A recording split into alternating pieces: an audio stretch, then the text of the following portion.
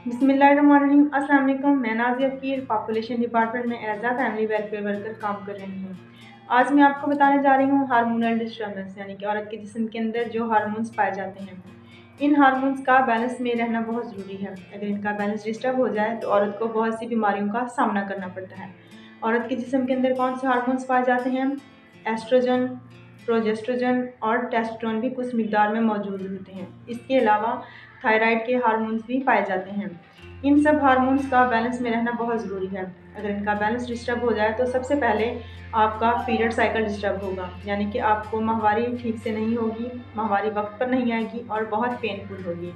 दूसरे नंबर पर ovulation disturb होगी और अंडे का इखराज मुकम्मल तौर पर नहीं हो पाएगा, और इससे जो औरतें प्रेगनेंसी कंसीव करना चाहती हैं या हमल की कोशिश में हैं, उनको बहुत सी पेचीदगियों का सामना करना पड़ेगा।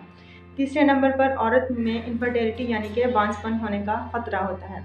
औरत के जिस्म के अंदर एक खास हार्मोन जिसको एस्ट्रोजन यानी कि queen of the female hormone कहा जाता है, अगर इसकी आपके जिस्म के अंदर मिकदार में ज़्यादती हो गई है, यानी कि इसकी मिकदार बढ़ गई है और आपका जिस्म इसको ऑब्जर्व नहीं कर पा रहा, तो इसमें होगा ये कि आपको हैवी पीरियड्स होंगे, आपको पेनफुल पीरियड्स होंगे, चेहरे पर दाने निकल आएंगे, कमर में दर्द होगा, मूड स्विंग यानी कि आपका मूड ऑफ होगा, और यूट्राइन फाइब्राइड यानी कि बच्चेदानी के अंदर रसोली और वज़न बढ़ जाएगा।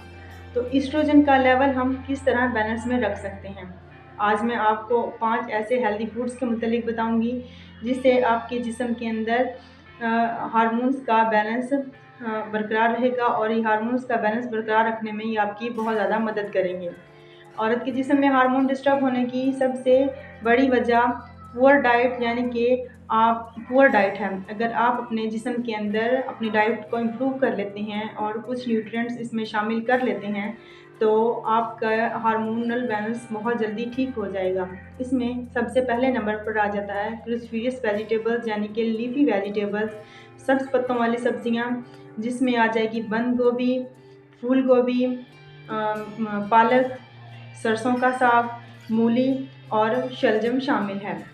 लेकिन आपने इस बात का ख़ास ख्याल रखना है, अगर आप थायराइड के पेशेंट हैं तो आपने इन सब्जियों को अच्छी तरह पकाकर खाना है, इनको कच्चे नहीं खाना। दूसरे नंबर पर आ जाता है हेल्दी फैट्स। हेल्दी फैट्स आपके जिस्म में हार्मोन्स को पैदा करने में नहायत अहम किरदार अदा करते हैं। हेल्दी फैट्स आपको एग्स, सीड्स, नट्स और फिश के अंदर बआसानी मिल जाएंगे। ये इन्फ्लामेटेड न्यूट्रिएंट्स हैं। इसमें ओमेगा 3 और ओमेगा 6 पाया जाता है, जो आपके जिस्म के अंदर इन्फ्लामेशन यानी सूजिश को कम करते हैं। तीसरे नंबर पर आ जाएगा फाइबर। फाइबर आपके जिस्म के अंदर ईस्ट्रोजन का लेवल बैलेंस रखने में अहम किरदार अदा करते हैं, और सबसे ज़्यादा ये आपके जिस्म की क़ुव्वत मुदाफ़ियत को बढ़ाते हैं।